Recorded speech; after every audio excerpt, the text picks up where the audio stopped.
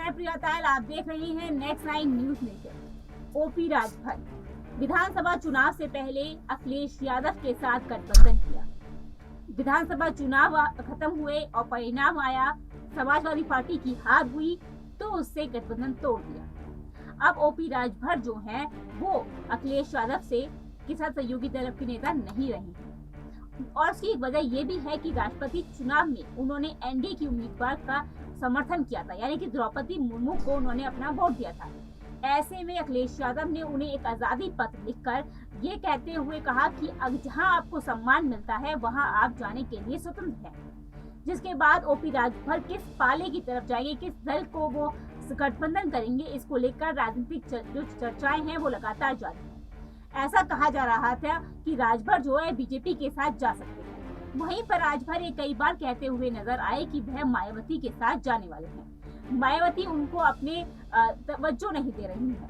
वहीं पर ये बात सामने आ रही है कि वह ऐसी में बीजेपी के साथ जा सकते हैं। लेकिन डिप्टी सीएम केशव प्रसाद मौर्य के एक बयान ने ये बात भी साबित कर दी है कि वह बीजेपी में नहीं जा रही हैं। दरअसल ओपी राजभर के बीजेपी के साथ आने के सवाल पर जब मीडिया कर्मियों ने डिप्टी सीएम केशव प्रसाद मौर्य से पूछा कि ओपी राजभर क्या बीजेपी के साथ जाने वाले हैं, तो उनका कहना है अगर किसी को बीजेपी में शामिल होना होगा तो वह बीजेपी के शीर्ष नेता से जरूर बात करेगा। उन्होंने कहा कि हालांकि ओपी राजभर के बीजेपी में आने को लेकर किसी तरह की कोई बातचीत की जानकारी मुझे नहीं है, इसलिए इस पर फिलहाल कोई सवाल नहीं बन रहा है।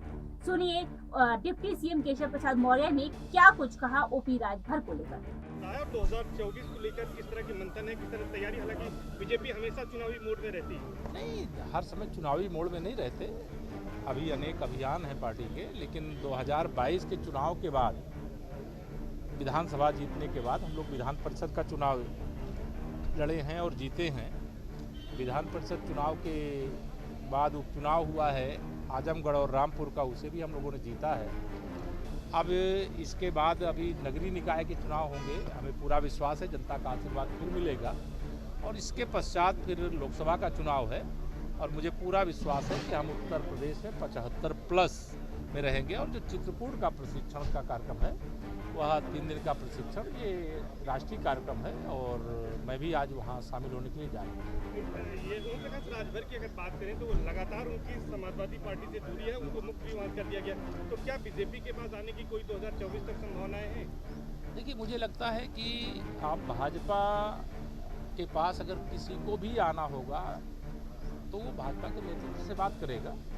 अभी हम लोगों की कोई ऐसी बात जानकारी में नहीं है कि उन्होंने कोई बीजेपी में आने की बात की है, इसलिए इस पर सवाल भी करने की ज़रूरत नहीं है, मेरे को जवाब देने की जरूरत नहीं है। तो पहले हमारे यहाँ से चले गए, तो मैंने कहा ना कि अभी हमारे यहाँ पार्टी नेतृत्व से किसी से संपर्क उन्होंने नहीं किया, जब करेंगे तब विचार करेंगे। ओवैसी ने कांवड़ियों को लेकर जिस तरह अब देखना होगा कि केशव प्रसाद मौर्य का जो ये बयान है इस पर ओपी राजभर यानी कि ओम प्रकाश राजभर अपना क्या प्रतिक्रिया देते हैं और ये जो बयान है वो यूपी की राजनीति में क्या तूफान लेकर आती है।